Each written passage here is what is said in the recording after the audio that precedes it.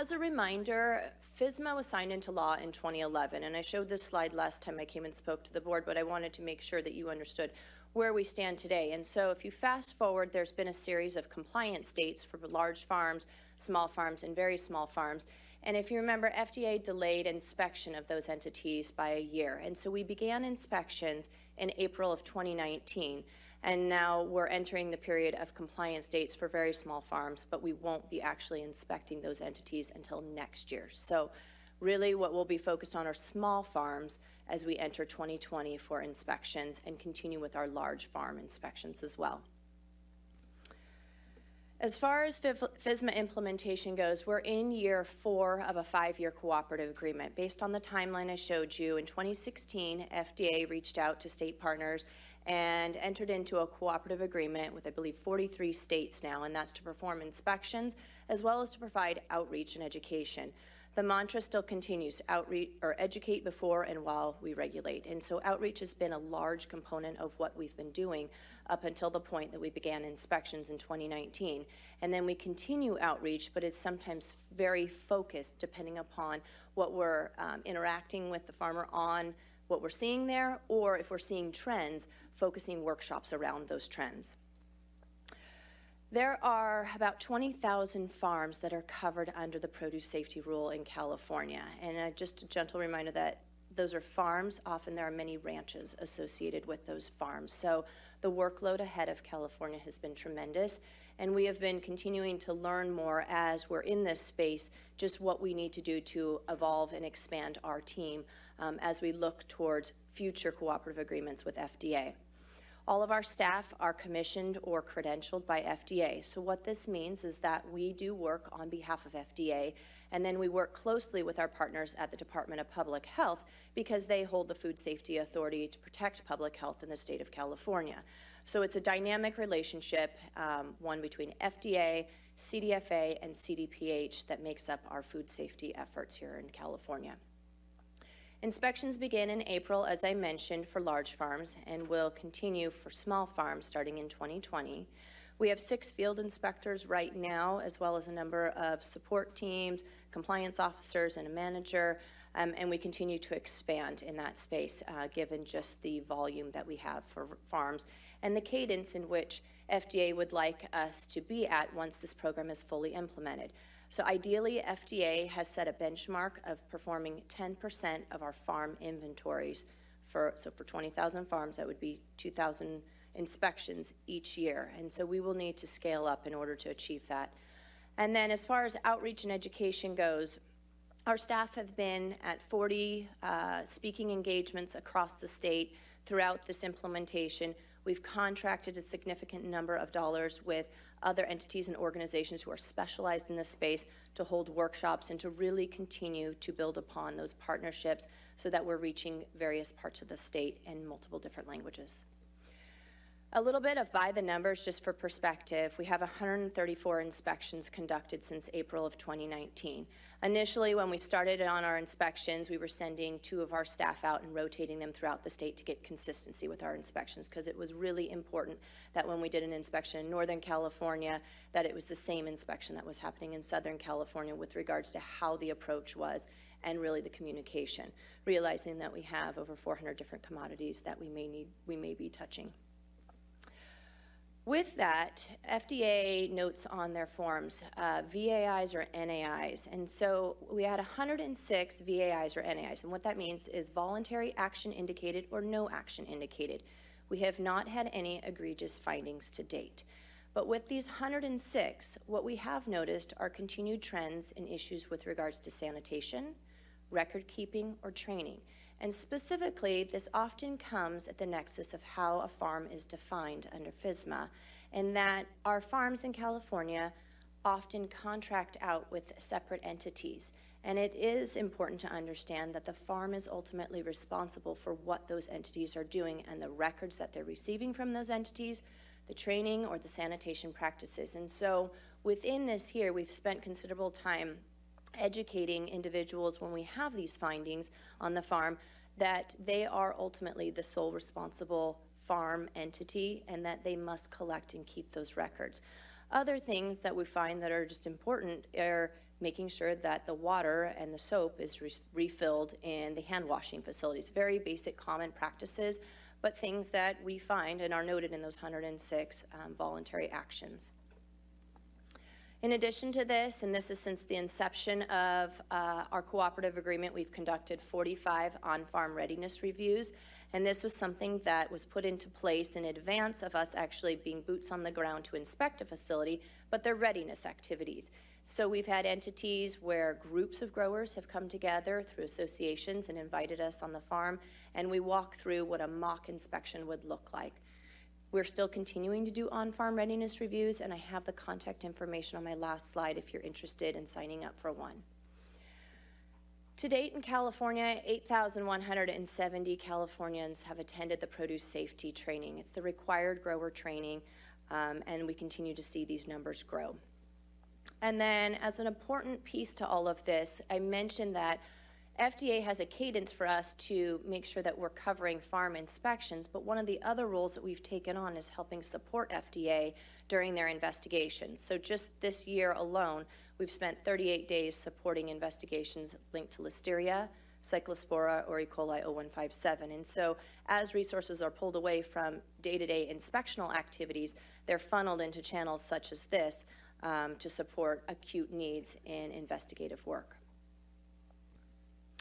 So switching gears a little bit, since I mentioned our investigative work, I'm going to give you a brief update on the E. coli 0157H7 outbreak linked to romaine lettuce from fall of 2019 here. And this information was pulled directly from CDC's website and was updated as of December 19th, but you'll see that the first onset date was recorded as September 20th, and that they have continued onset dates through the first part of December. They will continue to update this, and I would direct you to that resource link for additional information because this is the most timely information that you will receive. There's 138 cases noted with ages ranging from 1 to 89 years, 25 states affected, and 72 individuals hospitalized, with 13 of those individuals developing what is known as a type of kidney failure, so hemolytic uremic syndrome. In this slide here, you can see the states that have been affected, with Wisconsin having the most cases reported at 33, Pennsylvania following, and Ohio as well. And then additionally, you can see there's a combined number of states that had 5 or fewer cases reported. So relative to this, I wanted to share a little bit around communication and the investigation. And December 19th, you'll see the update on CDC's website. But it focuses on communication, and it really focuses with the message that consumers should not eat romaine lettuce harvested from Salinas, California. One of the things that I wanted to note, and you'll see it on the middle picture here, is that last year, as part of industry's initiatives, they implemented this voluntary labeling practice so that consumers, when advisories like this come out, know exactly the product that is either in their store shelves or they have the ability to ask, and this is easily identifiable on the package. In addition to the communication updates that CDC and FDA have been sharing, we have been continuing to collaborate with our CalFIRT team, and CalFIRT stands for California Food Emergency Response Team. So that is a collective partnership of FDA, CDPH, CDFA, and in this case here, CDC accompanied us on many of the investigations to do additional water sampling testing. Our continued work continues to be in not only the investigations where the traceback diagrams lead us, but on ongoing root cause analysis and environmental analysis. So on both the week of November 25th and the week of December 16th, we sent multiple teams out to be the boots on the ground and the eyes and ears to do environmental sampling, to do observational assessments, and comb through a series of records, and this remains ongoing. One of the key things that we're looking for in these activities is examining commonalities. We had the 2018 outbreak, and we continue to have the strain that we're looking at has repeated itself over several years now since 2016. And so while we don't have answers to 2016 and 2017, what we are doing is each year we're able to get a little bit closer to get those answers. So it was really important to us as we were going through these records to start comparing each of these years and the information that we have so that we can start to see commonalities if they exist. The other thing that I note in the last bullet point here is that we're exploring all possibilities, both on the farm and the boundaries of the farm, but those things that are introduced to the farm. And when I say that, it's the whole systems approach, really. What is happening not only across the state, but what is happening when you have adjacent lands, wildlife, watershed patterns, soil inputs, equipment, and maybe associated harvest crews, or changes to policy that could add pressures or change the landscape and therefore introduce something that we had never anticipated or expected. So that's really, when you ask for, Mr. Chair, a detailed approach to this, the next two slides really take a deep dive into some of the things that we've been actively looking at, not only through the balance of last year, but are already hitting the ground running this year and into 2020. So a little bit more about this whole systems approach. After the 2018 outbreak and into 2019, one of the first things that we did was extensive follow-up with the grower. And there's been strong collaboration with the individual. And the follow-up specifically was around our findings in 2018 and how we really strengthen and make sure that we've safeguarded public health through food safety measures. In addition to this, we've met with sister state agencies, industry, and researchers to convene more than 60 stakeholder meetings. And those meetings were important because they helped us understand the systems, help us identify issues, and really potential resolutions. And by understanding the systems and what each individual entity was responsible for in their lane, it gave us insight where we need to strengthen the system or where the system was working, and so we didn't need to spend as much time there. In addition to this, and working closely with our partners at LGMA, we've increased the number of audits during the transition periods because we've noticed patterns in that these outbreaks continue to happen during specific windows of transition. And while we're loosely using the term transition because by the time you see an outbreak onset happening, you have to look 3 weeks before that to really understand what's happening in the system. But specific to our audits, we've increased them from about a dozen during these periods of time to more than 50. We continue to work closely with partners in Western Growers Association who are working closely with LGMA as they update the water metrics and provide support where we can in those facets. And Scott will likely talk more about this. And then specifically CDFA participated as a subject matter expert to United Fresh and the PMA Romaine Task Force, providing insights to how we can be faster and more responsive during these outbreaks so that we can get answers back to all of you sooner. Last year, we hosted two Good Ag Neighbor workshops where we focused on the interfaces of agriculture with other entities, so produce, for example, with cattle operations, and really took a deeper dive into the regulatory framework that exists in California that's unique and how that helps us understand but also leverage systems that are already in place to help effectuate food safety and know that we're doing the right thing. With the help of the Secretary, we secured funding and positions for a CDFA Produce Technical Assistance Program and hired a specialist accordingly. One of the things that we heard first and foremost from growers when we were out on the field in either something like a voluntary action or more pressing, an outbreak was happening is, tell me what I need to do. And when you wear the regulatory hat, that's often difficult to tell a person what they need to do. But we needed to be able to tap into resources that could help in that capacity in working closely with UC Cooperative Extension. So I'll take a deeper dive in later slides into what we're doing here, but we have hired a specialist and we are working closely with UC Cooperative Extension to plant individuals regionally so that they can be a resource to growers. With partnership from our fertilizer program, we've initiated a manure-based soil input sampling project. And then we're running those samples through the CDPH Food and Drug Laboratory. And this is to give us a greater insight into what is happening with regards to products that are soil inputs, but the process really that goes into generating those soil inputs. When growers receive product, they receive a certificate of analysis, and we really want to make sure that there is checks and balances and that validation mechanism, that certificate of analysis carries merit for growers. And so our CDFA fertilizer program has done a limited surveillance sampling project that's underway right now. It started in October of last year that is looking specifically at taking samples and the results of those. We continue to have significant collaboration with CalRecycle, our sister state agency, to enhance soil inputs and the validation process that's under their oversight with regards to entities that are licensed as waste haulers under CalRecycle. And then we're working closely with industry partners to organize a longitudinal research study, and with the help of FDA, that will begin early, hopefully in 2020. And that's going to be looking at environmental sampling throughout California that will help us understand if we can find trends or the source of where this 0157H7 pathogen is coming from. Into 2019 here, so since the outbreak and then continuing into this year, we are continuing to focus on root cause and environmental analysis, really turning over every stone and asking ourselves, could this potentially be a pathway into what we're seeing in the outbreaks? We are hoping to begin the longitudinal research study in spring, and that'll be in collaboration with FDA, our partners at the university, and industry partners. We'll continue to collaborate with Cal Recycle and local enforcement agencies, and in fact have a meeting scheduled, our first meeting scheduled tomorrow with LEAs to discuss how they can help really add those assurances to food safety. And then we will have full implementation of the technical assistance program, including the support from the UC local resources. We're working to secure additional federal funds through the cooperative agreement that we hold with FDA to really aid in enhanced response.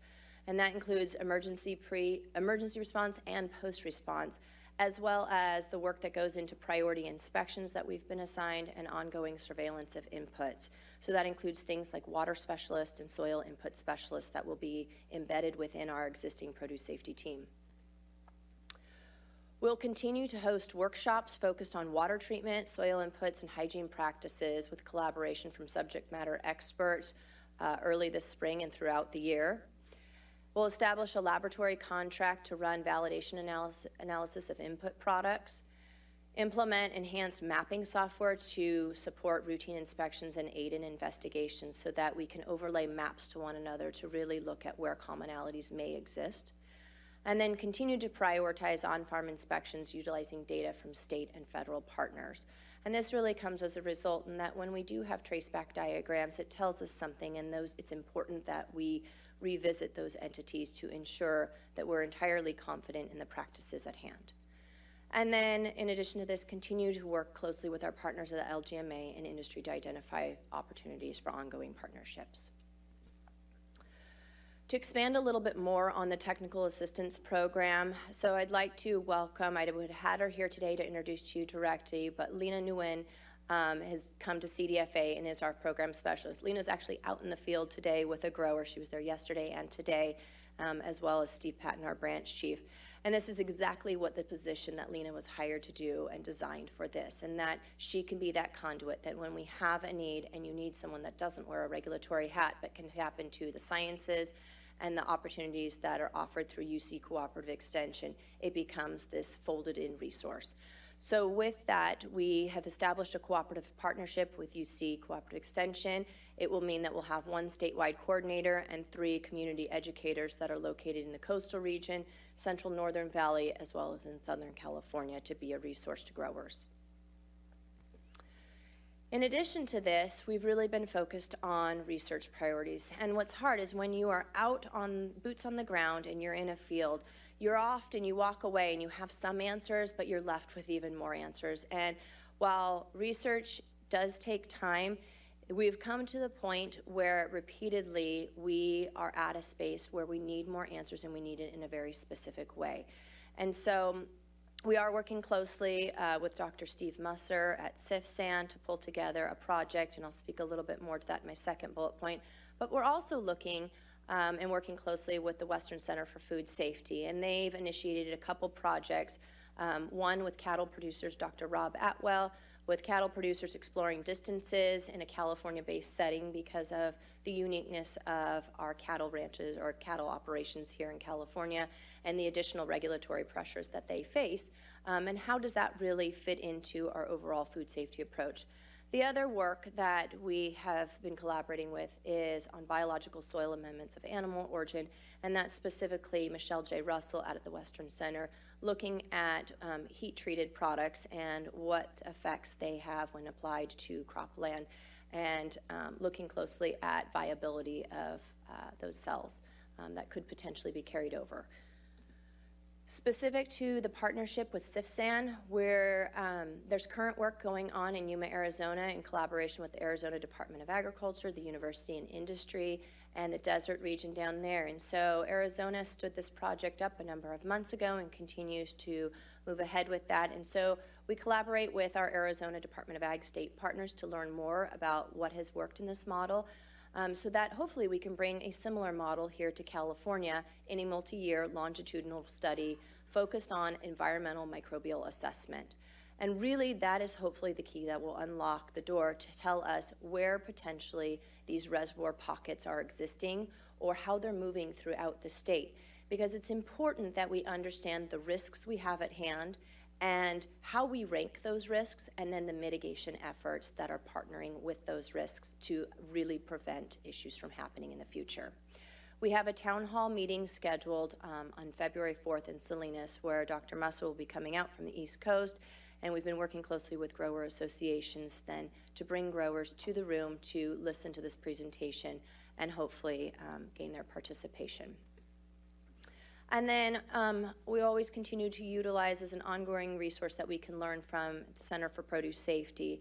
And recently, I know that they're working on a project focused on seasonality, because as I mentioned earlier, we see trends in this, and really it begs the question, why is this happening during a particular time of the year?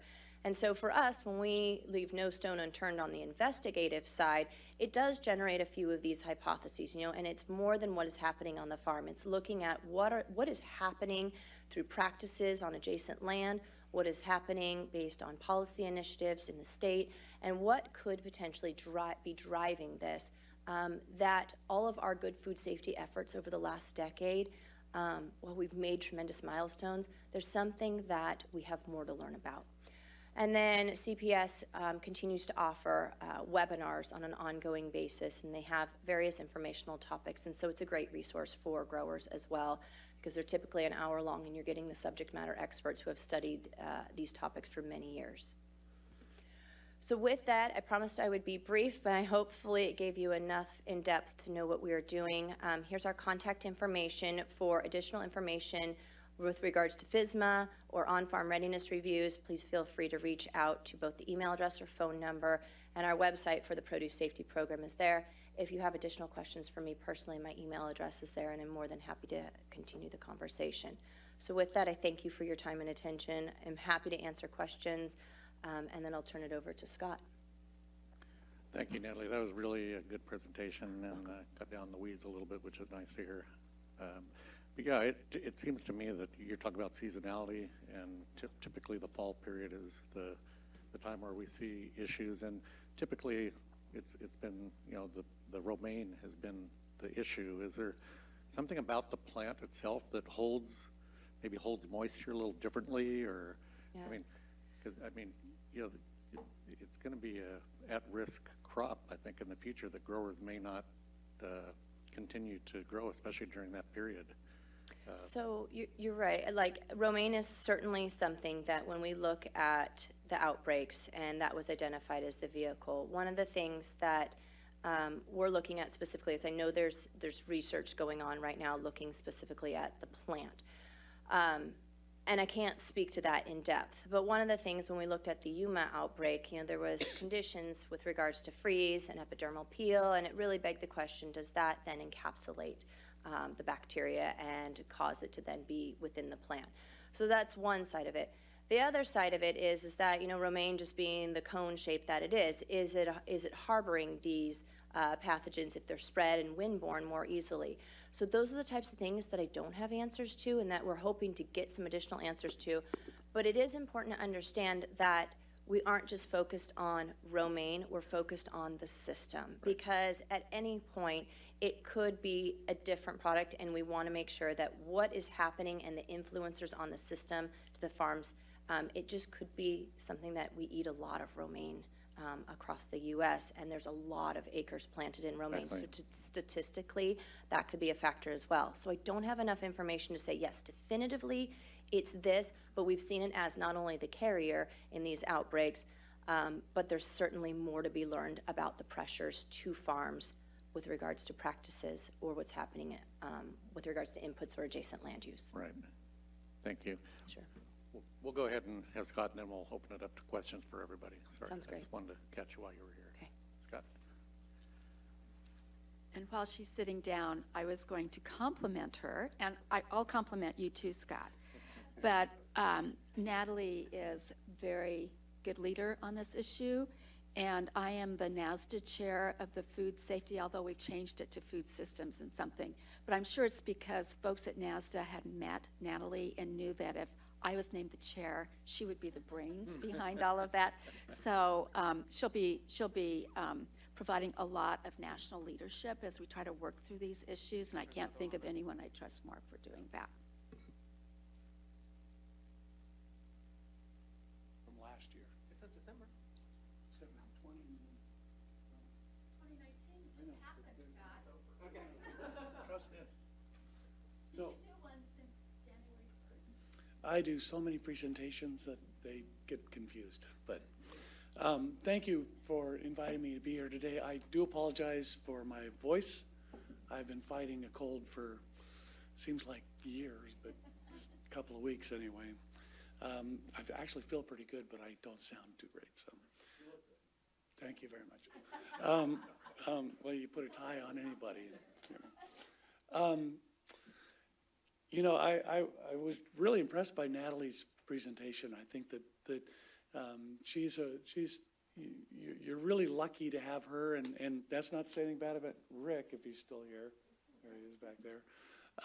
But Natalie's a real go-getter, and she's really focused on helping us to find answers to these questions. And right now we have a lot more questions than we have answers. So our role at the LGMA, working with the growers and with the grower community, that's it. Thank you. Is to take the information that we have and to create food safety practices that we then enforce and make sure people are following on the farm. So we aren't heavily involved in the investigation side of things, although we're trying to figure out how to become more involved in that. But we're really focused on developing these food safety practices that growers can implement and that the industry can implement so that we hopefully get our arms around these issues. The last 2 years have been very frustrating. So we were created in 2007, and for a better part of a decade, things went pretty well. You know, we didn't have these big multi-state outbreaks. And so growers were confident, handlers were confident, and then all of a sudden over the last 2 years, we've seen repeated issues, particularly with Romaine. And so we are focused very heavily on figuring out what's been going wrong and what we can do to fix it.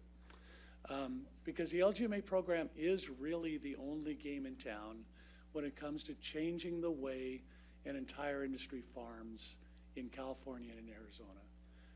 It really is. So there are lots of other audit programs. There's the federal program, but the LGMA program goes above and beyond any other requirements when it comes to leafy greens. So we represent about 99% of the growers, or at least of the production in California and Arizona. Our members are required to follow a set of science-based practices. You'll hear a lot that it's a voluntary program, and it is, but a marketing agreement is by its nature voluntary to join. But once you do join, you're obligated by law to follow the rules that we set down. We use government inspectors, ag inspectors. They work for Natalie at the Department of Food and Agriculture. They are also trained and licensed by USDA, and they're out on the farms regularly to make sure that these practices are being implemented. And as I mentioned earlier, it really is, you know, we take it very seriously because this is the only way that we can change the way products are farmed in California and Arizona. So what have we done in response to these outbreaks? This goes back a couple of years now, but we were instrumental in creating the first task force, the Leafy Greens Task Force, that involved about 150 people that looked at things like seasonality and looked at things like growing conditions and proximity to CAFOs. and a number of other issues that were identified, a lot of questions that were raised. That led to some very specific changes to our standards, to our food safety practices. One of them in environmental assessments, as Natalie mentioned, one of the theories that came out of that Yuma outbreak was that you had a series of unusual weather conditions. So you had a freeze followed by some hot weather, and maybe that led to this epidermal peel, which greatly affects romaine. So maybe it answers your question as to why romaine. Well, it hasn't really been an issue in other outbreaks, but it was something that was looked at in Yuma 2 years ago. And so we added some specific requirements there for SOPs. We tripled the distance that you had to farm away from CAFOs. And, you know, we had some conversation about that when I spoke to this board a couple of years ago. But there is research that shows that E. coli can travel a certain distance. And so we made that distance greater in our standards. We added some equipment cleaning and sanitation, some traceability requirements. The water treatment requirement that we put in place just last year was since been superseded by things I'll talk about in a minute. But we recognize that water treatment was something that had to be looked at. So what we did more recently, and again, I apologize for my voice, was we adopted in both California and Arizona more stringent requirements when it comes to the water that we use. We have always required water testing, so everybody always had to require or test the water that they used in production of leafy greens. But we made illegal basically the use of untreated surface water for overhead irrigation just prior to harvest, and that was defined as the last 21 days of production. And this new approach is really comprehensive. So it's a whole new way of looking at water for our growers. So we've asked our growers to evaluate the water source, the storage source, and the delivery system, and to categorize their water. So type A water is generally well water. It's very clean water. And type B is basically everything else. So surface water, canals. The outbreak strain was found in Yuma in a canal that ran through some of that growing area. And then last year, the outbreak strain from the outbreak was found in an above-ground reservoir, which is why we focus so much on surface water. We look at fitness of use, and basically, as I said, we have made it illegal to use overhead irrigation of surface water within 21 days of scheduled harvest. And we've also added some stricter acceptance criteria I'll talk about in a minute. And importantly, we were really trying to focus on this find it and fix it mentality. So there's a root cause analysis requirement that's part of this water change that hasn't been there before. So you can't just sort of retest and you find out you're okay and you move on. If you have an issue, we expect you to find out what went wrong and see if you can't fix it. So like I said, we mandated that they categorize their water by type A or type B. Type A is very clean. Type B is basically everything else. This is the point I would really like to stress. This shows you to the right is our old standard for water testing, and to the left, our new standard. So we've gone to where you used to be able to calculate a geometric mean, and you could have up to 126 parts per million of generic E. coli. We've basically gone to a non-detect standard, so that if you're going to use overhead irrigation, you've got to test that water 3 times.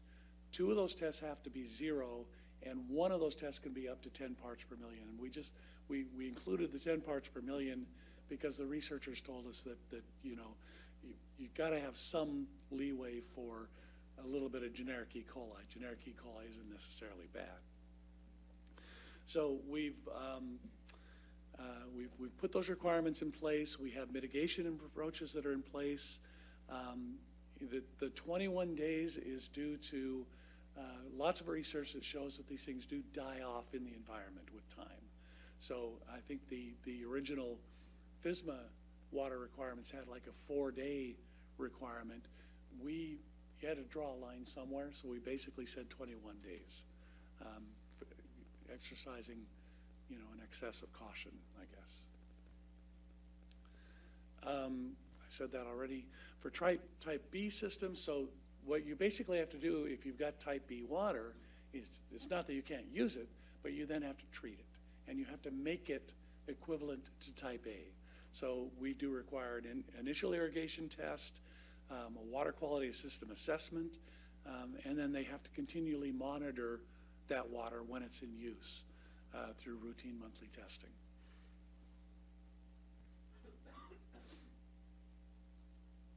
And then, like I said, if you've got type B water and it doesn't meet that type A criteria, then it's got to be treated.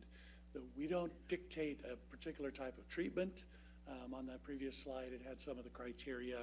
Basically, it has to be something that the FDA or the EPA has approved for use. And we have corrective actions. So if you can't meet that criteria, then you've got to take 5 tests. And 4 of those 5 tests need to be non-detect. And one of them can be up to 10 parts per million if you want to go ahead and use that water. And then, as I said, we have corrective actions that are dictated as well. We want growers to find the problem, fix the problem, and move on. So that's, and I kind of condensed, usually our technical director gives these presentations, and he loves nothing more than to talk about the testing and the water requirements. And I get lost in all that stuff pretty quickly. But so I've condensed this down a little bit. But I do want to give you an idea that we didn't just say, okay, treat water if you're using it in the last 21 days. There's a whole set of criteria. There's a whole set of testing. We've done a great deal of outreach to the grower community. We're going to do more. We did a webinar today, as a matter of fact, for the buyer community, because that's a big part of all of this, is convincing buyers that they can rely on the LGMA standards and not go crazy with 2-mile buffers and things like that. So we're still working on that. I wish we were more successful at convincing buyers, but we're working on it. And then just really finally, one thing that, and I know your time is running short, one thing that getting to this point with the water requirements was very painful. It was painful for our board, for our committees, for everybody involved. And some of that is the nature of the way the marketing agreement is set up. Some of it is due to the fact that we can't wordsmith and we can't change things. And so stuff was being presented to our committees for approval that they'd never had a chance to talk about. So we basically revamped significantly the way we go about looking at standards and food safety issues. And I'm not going to go through all this, and if I'd had more time, I'd have made better slides. There's nothing worse than a whole bunch of words on a slide, especially this color, because it doesn't pop very well. At any rate, the idea is that we have set up specific subcommittees. So we have a water subcommittee, and they've met several times since August. We have a soil amendment subcommittee. We're going to create a CAFO subcommittee. We have a sanitation subcommittee. And these groups are going to look at each one of these issues and figure out, talk to the researchers, find out what's been done, take it to our full technical committees. We're going to vet this stuff, and we're going to talk about it all before we ever get to the stage of referring it to an outside party, which is managed by Western Growers, and they'll bring it back to us for acceptance. But the whole idea is that we want to take more control of our own destiny when it comes to putting in place standards that our industry has to live by. And I'm really excited about this. I think it's probably long overdue, but we're tired of task forces, we're tired of outside committees telling us to do something. We really wanted to try to get our arms around this ourselves and move. I'm not going to go through all the details, but the idea, though, is that those subcommittees will talk to our full committees. We will then make recommendations to Western Growers who bring back metrics changes to us, and we'll be able to more effectively, more timely basis, adopt food safety changes that need to be made. So all of this leads to certification. We certify that our members are, in fact, in compliance with the LGMA program. And again, we are doing a lot of work with the retailers and the buyers to try to get them on board, because they do love to make up their own standards, and we're trying to head that off where we can. So I'll stop there. Happy to take any questions. Thank you. Really informative too. Appreciate that. We'll open it up for questions for both Scott and Natalie. How's that? Okay. You always get to go first. So Scott, thank you, and I'm sorry about your voice. I know it's been a really hard 2 years. Actually, I think this year was just that extra kick in the stomach we could have all lived without. And I know how hard it is to keep pushing for change, and I want you to know, I've expressed this to Natalie, to share with you and with Hank how much I have appreciated the cooperation and the collaboration, because I push Natalie, and then I'm on Natalie, are you pushing? We all have a lot at stake here, including our public and the consuming public and the California brand. So I just want you to know how much I appreciate this work. I really am excited about your new structure as well. And I know that we want to be able to drive the change from within, but do you have buyers, retailers, Produce Marketing Association, United, all the other groups that tend to be the ones to head national task forces involved in this subcommittee process? So they're not, so the subcommittees are very small, and they're made up of industry members, but we do plan to bring in people like that, and especially the researchers, because we want to make sure also that we're not being too insular. Yeah. So I it's all still a little bit to be worked out, but the idea is to bring in all those voices so that we hear from all of them. Yeah, I just feel, based on our conversations, and especially the conversations with the associate, whatever Frank's title is at FDA, that we don't want to wait too long to bring those people in so they feel like they got to help contribute. Yeah, and there's actually, Western Growers is publishing a schedule of when they're going to look at each of these sections. Mm-hmm. So they're going to open a comment period, I think in April, on water. So we have basically until April to get our recommendations into them. And so we'll work with their schedule, we'll work backwards from that and make our committees work as fast as they have to. And then just for this board's consideration, I think a whole lot of us have always looked at FISMA as about all this fresh stuff and are almonds in or out.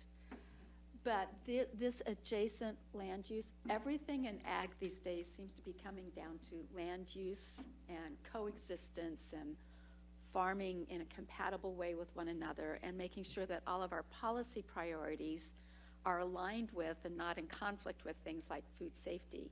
And so there's going to be bigger issues that they're going to be confronting. And I'm sorry cattlemen aren't here. They've been very important partner to have at the table. That's actually what started this good neighbor work that the division started last year.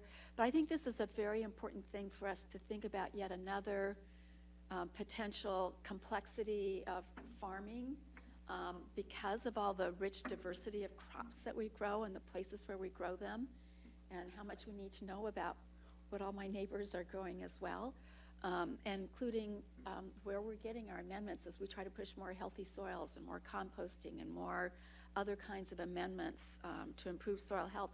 It's just becoming broader, and I think it's a very important point for us to stay focused on and make sure that we're staying up to date on everything that's going on. And then I just want to introduce Joe Monson. I'm sure he was going to try to escape.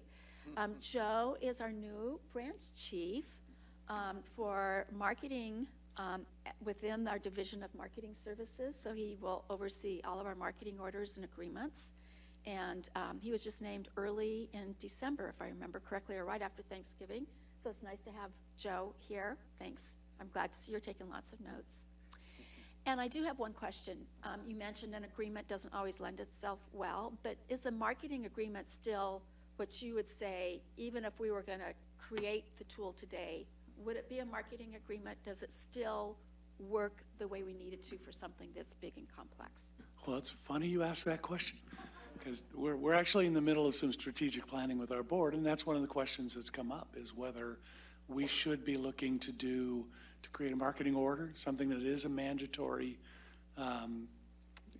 membership kind of thing. I don't have an answer for you.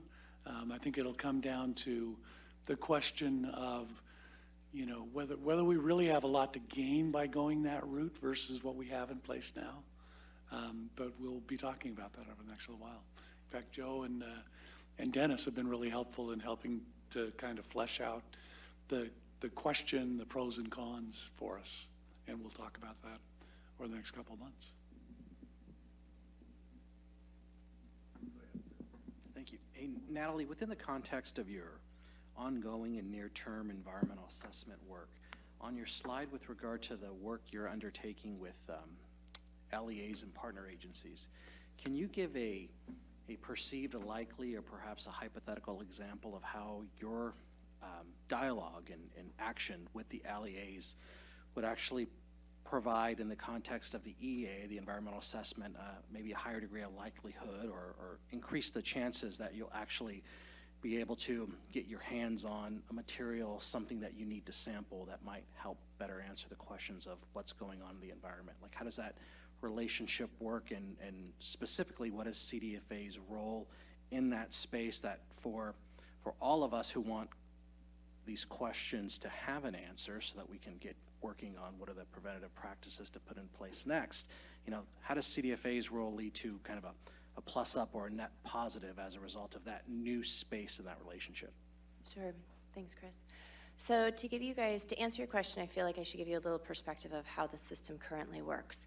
Right now, there's about 500 entities that are licensed with CalRecycle as licensed waste hauling entities or waste management entities. A subset of those, about 100 of those, are also licensed and registered with CDFA under the fertilizer inspection program. Those entities either make a nutrient claim or they're an organic input material product. So there's a little bit of a dual authority that happens for what is happening in this space of soil amendments, I'm going to call it. The relationship with the LEA is that for us, it's easier internally to have the conversation with the partners who reside right in the same office as I do in the fertilizer team of how we can advance this. The conversation took much more time and was harder with a sister state agency making the ask that we have a food safety need and I need to make sure that the process that they have oversight to is strong from end to end. And what I mean by that is that if they have oversight to look at time and temperature of how those materials are processed, that I also need the validation step when you truly think of a risk-based approach of HACCP, and that is monitoring hazards and those critical control points. An end product test occasionally to validate that your process is in fact strong was the piece that was needed. And so my ongoing conversations with the LEAs is how they can be a partner in obtaining those tests, providing feedback to CDFA, and that the entire program around food safety, when a farmer receives a certificate of analysis from one of those entities, that has meaning to it, and that the process behind the scene is strong from end to end.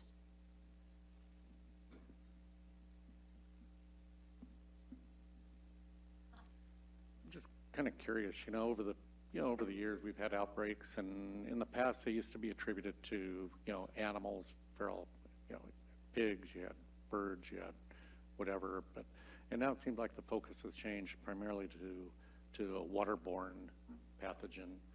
Is that pretty common now? So you're not seeing the issues that we saw maybe 10, 15 years ago?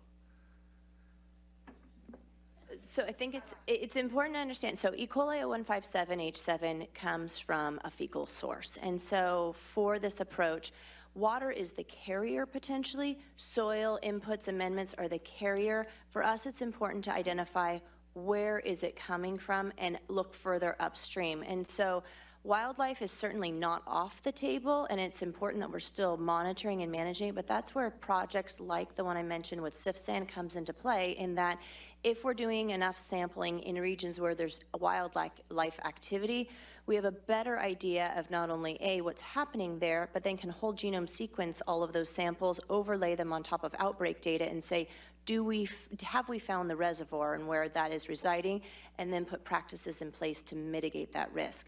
Other things that we're looking at, and Secretary mentioned it, adjacent land use. So are there particular practices that happen every year, perhaps after a harvest, and that we're doing things in practice to then apply compost amendments to that adjacent land, but we have to be mindful of what's growing next to it, because we have wind events and everything else that could carry that particulate matter. So again, it's the looking for 0157H7, but it's identifying those vehicles that could be a carrier, and that is water, is it equipment that's been used on multiple farms and not properly sanitized? So that's really the focus, is further upstream. And those things that you mentioned, like wildlife, are certainly not off the table, but it's taking a deeper dive into what that means and how we manage that within our operations. Excuse me. I also think that the fact that they found the outbreak strain in water, in the canal and in the reservoir, has kind of increased the focus on water over the last 2 years.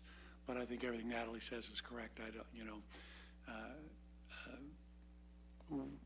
like I said earlier, we have a lot more questions still than we do answers. And so we just have to erect barriers to everything imaginable, and then hopefully the research starts to shed some light on, what's really causing the problem.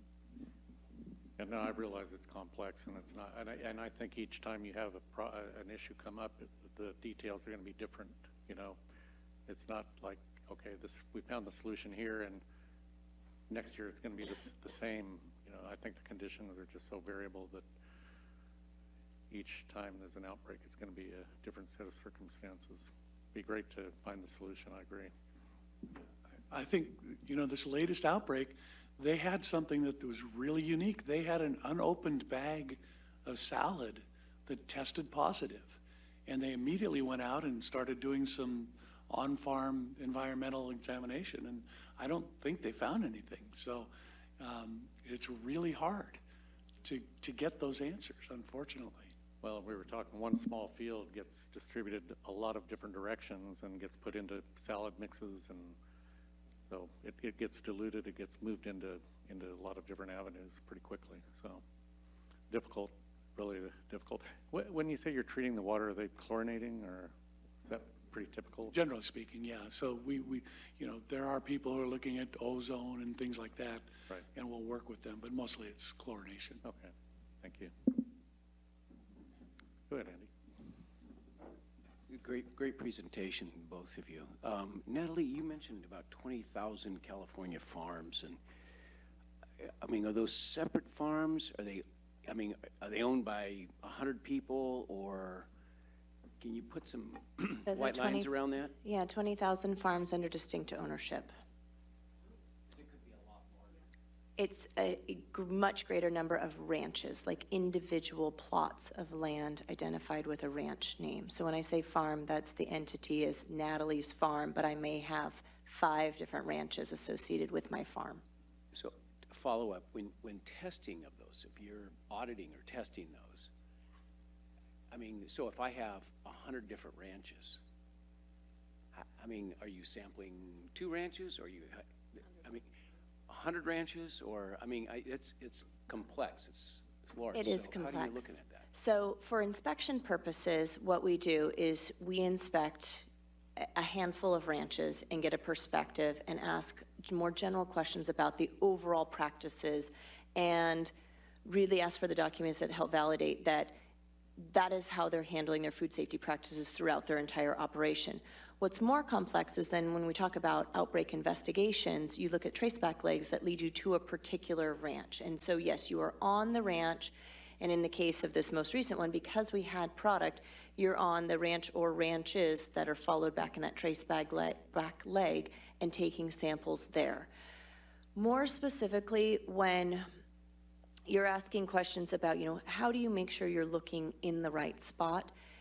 That's where it varies, because you may have a ranch that's situated in a particular location where the pressures or the risks are different than a ranch in another location. And that's where it becomes extremely important for us on the education and outreach side, in working closely with our partners at LGMA and the information they push out to their membership, in that when you've been on one ranch, that's one ranch, and the set of risks may be different for the next ranch, and that you have to tailor your food safety plan accordingly. That's the difference between an audit and an inspection. And that's where the mindset thinking of hazard analysis for the operation versus a do you do this, yes or no, really starts to be a little bit different, and why we take a different approach. And sometimes it can feel a little bit more invasive when we're out there doing outbreak follow-up investigations.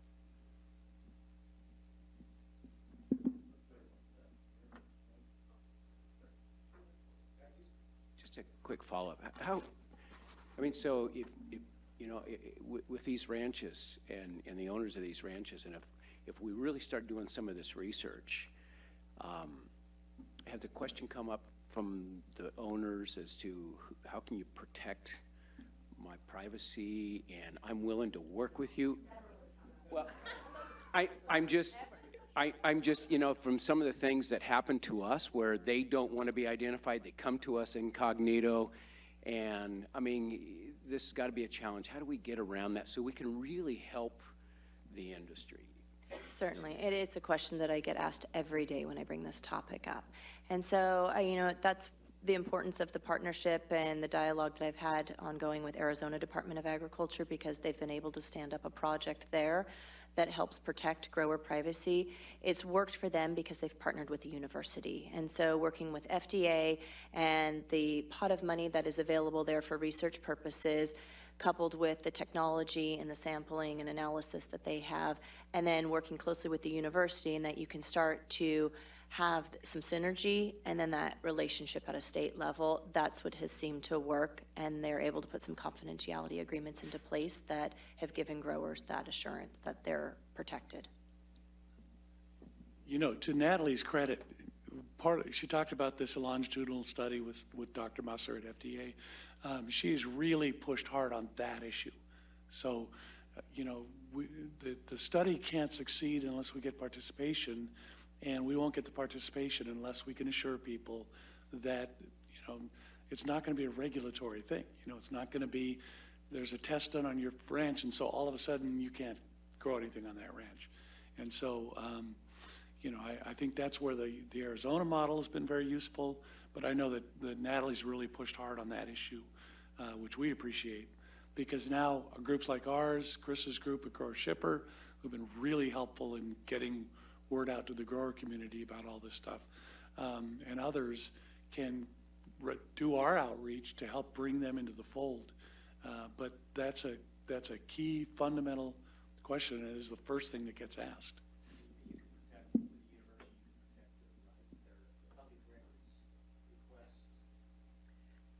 I'm sorry, what was that again?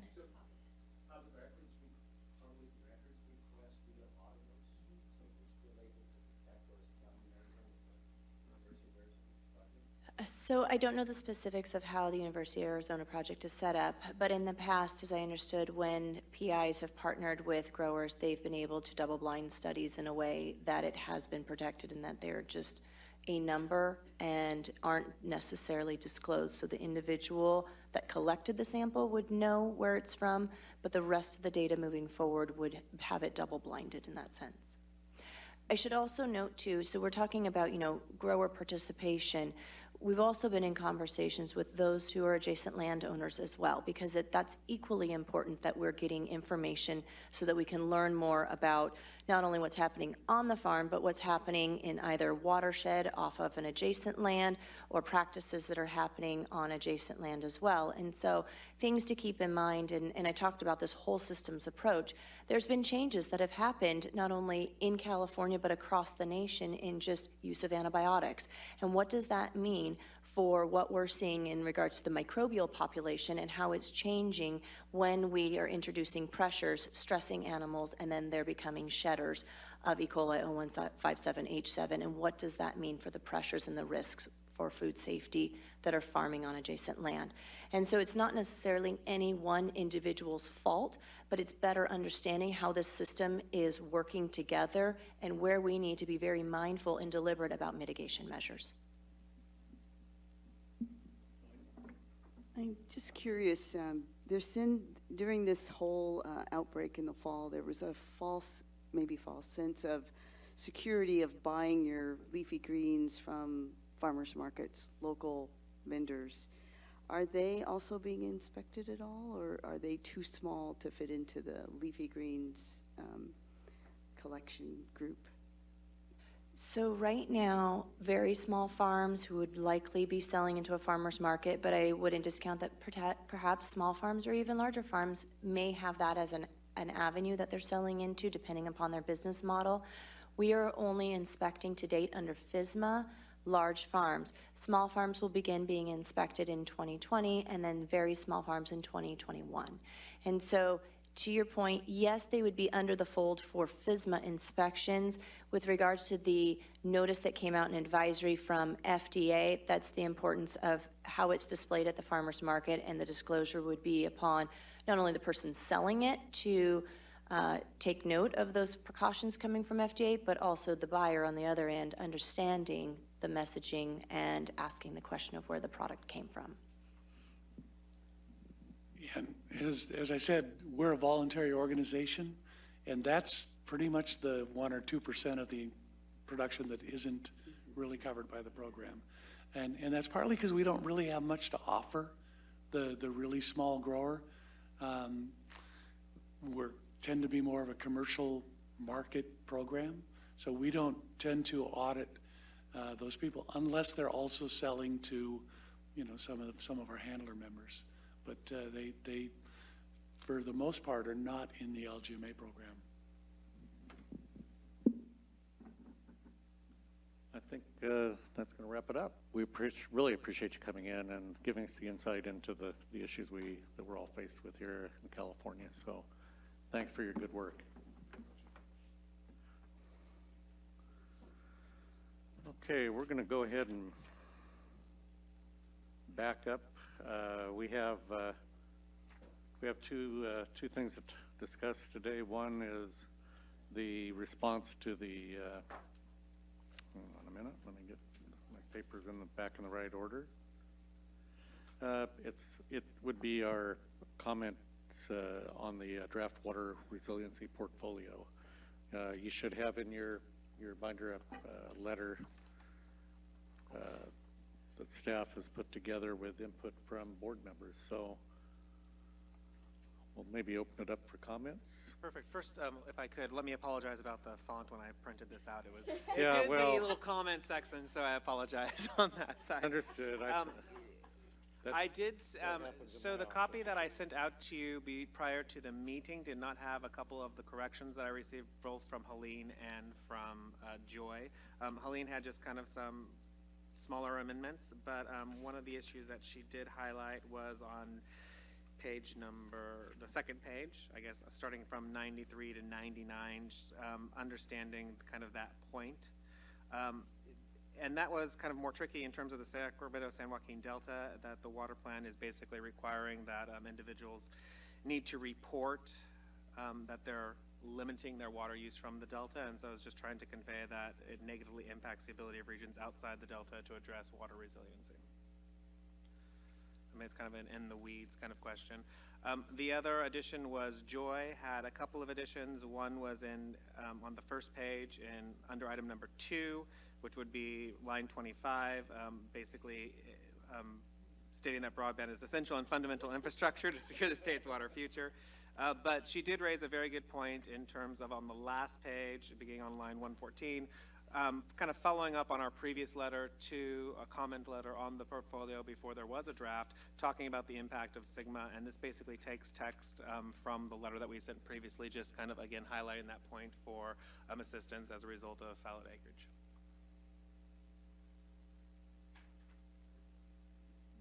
And so I tried to take all the points that both the board and water committee had expressed and kind of in reviewing the proposal that was put forward.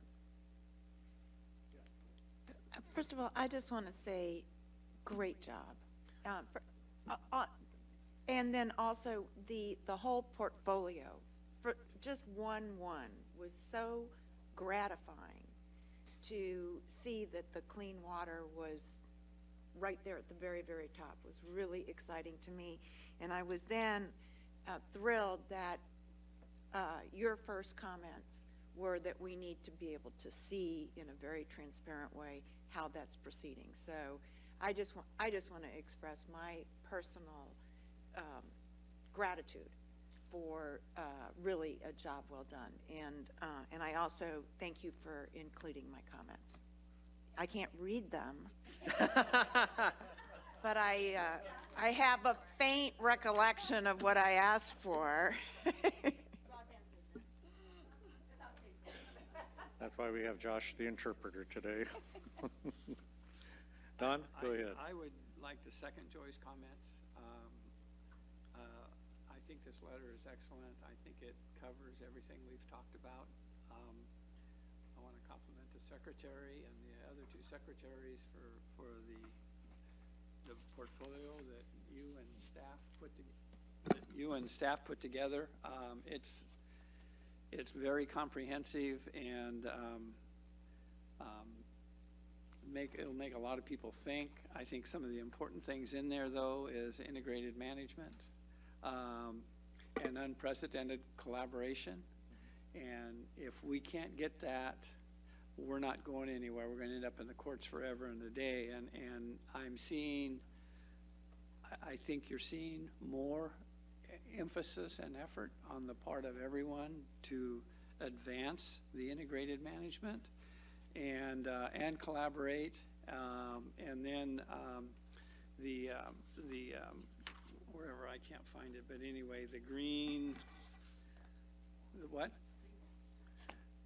green document that was put out on not streamlining but making the regulatory process a little more expeditious, I think is an excellent message also. And unfortunately, Ashley's not here to congratulate her because she's really been a leading force on that for a long time. But my compliments. Anyone else? Comments? Nope. I have to agree. I thought it was really well put together and addressed the concerns we had at the Water Committee as well. So, good job. Well, it's a team effort as always. So, we need to approve it as, I'll so move. okay? Second. Any further discussion? All those in favor signify by saying aye. Aye. Opposed? So moved. Congratulations. All right, we have a second item to discuss that is related to a request that I received from the board was in regards to the Reconnect program. USDA is going to release has released the second round of Reconnect program, and that's broadband connections for communities and how communities can apply, our entities can apply for funding. And one of the key concerns that I think Joy can elaborate on as well is that fairgrounds are not kind of considered essential community facilities. As you know, a lot of our fairgrounds are in non-rural areas as classified by USDA, so they are not eligible to apply, even though they are state entities, which is an eligible applicant. So by labeling them essential community facilities, they would be able to get funding outside of rural areas. So that's kind of our recommendation for future rounds of funding. Go ahead, Joy. But it's not just for the non-rural areas, it's also for the rural areas. Right. We experienced in Sonoma County that our county fairgrounds now twice has been pressed into service, unfortunately, due to wildfire. And as a result and there's no open access public safety grade communication at the fairgrounds. So it's actually in my mind more to geographically cover the state, and it is very important for expanding rural broadband. So it's not to take care of the exception, it's to take care of the rule. And I think we're just going to see more and more that our fairgrounds are being pressed into this extremely critical role for as staging areas, response, recovery, evacuation centers. They're the major centers for animal evacuation, large animal evacuation. And what we need is public safety grade communication and open access. We can't have, if you don't happen to be an AT&T customer, you can't be blocked out. So that's number one. And I think it's just fantastic that this board is sending this letter. I'm going to be sending a personal letter as a resident of and a farmer in Sonoma County for making this change. And it will help us so much. As you know, we've been shut out of so much funding, and this will help us in terms of the point system that USDA uses to evaluate applications. And so hopefully it will be an easy fix to get us on the road to getting federal funding. My question is CDFA as an agency sending a letter as well? And is there any chance we can convince OES to send a letter?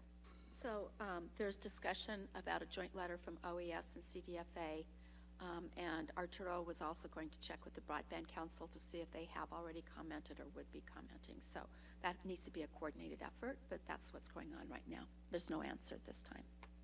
But thank you so much for working on that. That's just great. So one clarification on line 42, I'm waiting on staff members to provide kind of data on that in terms of how many of the fairgrounds have been activated before that is. Because of another issue, but I'm not positive. Oh, yeah, yeah, I know, I was working on that. And then just internally, we have a clearance process that needs to go through as well with the. Yep. Well, we're commenting on federal policy, so it needs to go to a different level above my pay grade. Got it. Go ahead, Joy. Also in that program, the Reconnect 2, the funding goes to households.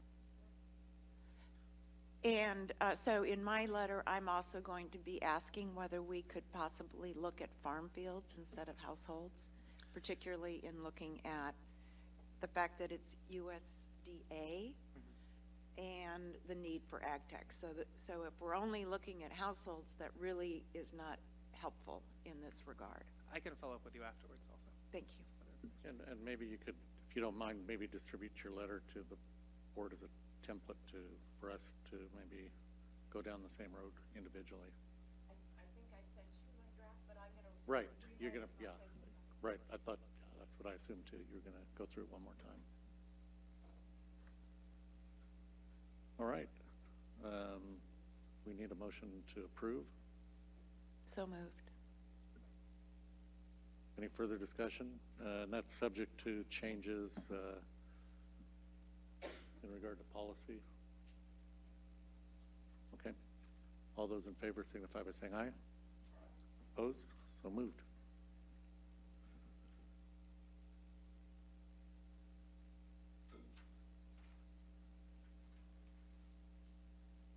Josh, any additional business? Just a reminder that our next meeting is not the first Tuesday. It is Tuesday, February 11th at the Tulare Farm Show. So, World Ag oh Expo. yes, sorry, World Ag Expo. I've been doing this a little too long. Everyone still calls it the Tulare Farm Show. But World Ag Expo. So I will be reaching out in terms of travel logistics for rooms and all that soon. So where would be arriving Monday? Evening of the 10th, yes. Unless you want to drive early. You're going to have a tough time with accommodations. President. Pretty filled up. That doesn't work, trust me. There's the Apricot Inn that's right by. No, you don't want to go there.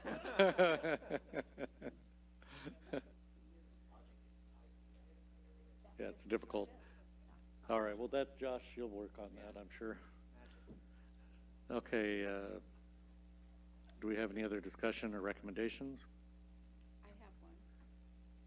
I just got an alert that southbound traffic on 99 has been closed because of a jackknifed tomato truck. But it looks like they just reopened, I know. It looks like southbound on 99, so you're okay. But it looks like they are reopening a couple of those lanes now, but you might want to consider 5 instead. Five for me. Thank you. All right, we'll open it up for public comment. Oops, sorry, Joy, I apologize. You know, we've had probably the world's greatest forum on broadband, and just listening to that recording of it, even from, when was that, last June or the June before, is still so valid. There's no reason to retrace those steps. However, I am personally very curious about future technology. And if we could bring in, for example, one of the Californians appointed to the FCC Ag Tech Task Force is a senior engineer at SpaceX. And they're launching satellites, little baby satellites. So I just think it would be wise for us to take a look at what is out there, how far away on the horizon is it before there's some extraordinary technological advance that will help us. And there are people working on it. And so I would love to know what's going on out there. I have no clue other than the SpaceX who to approach, but that would be something I would like to hear a panel inform us.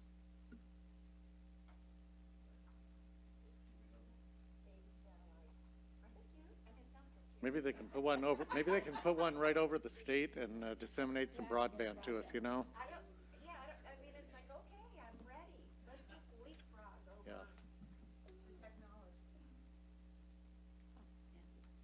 Go ahead, Andy.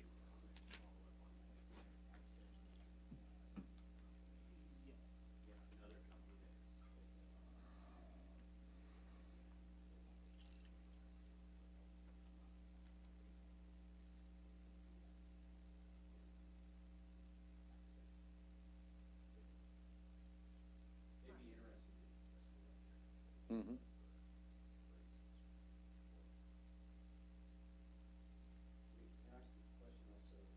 You want to use your mic there? Thanks, Andy. I just want to confirm the March 31st, April 1st I just try to confirm that those dates, those are solid. And are we coming in the night before? So can we just comment on that a little bit? Yes, so I forget if it was our November meeting, we approved that, I believe. So it would fulfill our March and April meeting obligations, so it would be most likely arriving the day prior.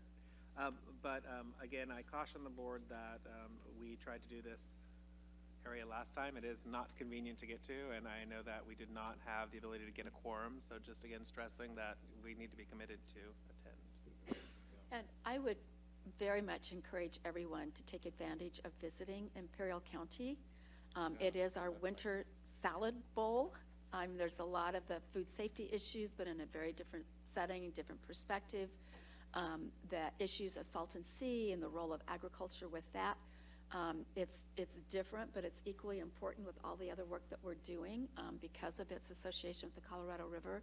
So I think you would find it hugely informative and thought-provoking with some of the issues that they're dealing with there. I would agree, but that's what I'm trying to. If we can confirm it earlier than later, so because some of us may have other travel arrangements. I will send a notice out to everyone just reconfirming that that is occurring and reconfirm everyone's attendance. Good idea. Thank you. Yeah, no, that's a pretty amazing area down there. It's just totally different than the rest of California. It's water situation and what they do there. All right, any other comments from the board? What's that?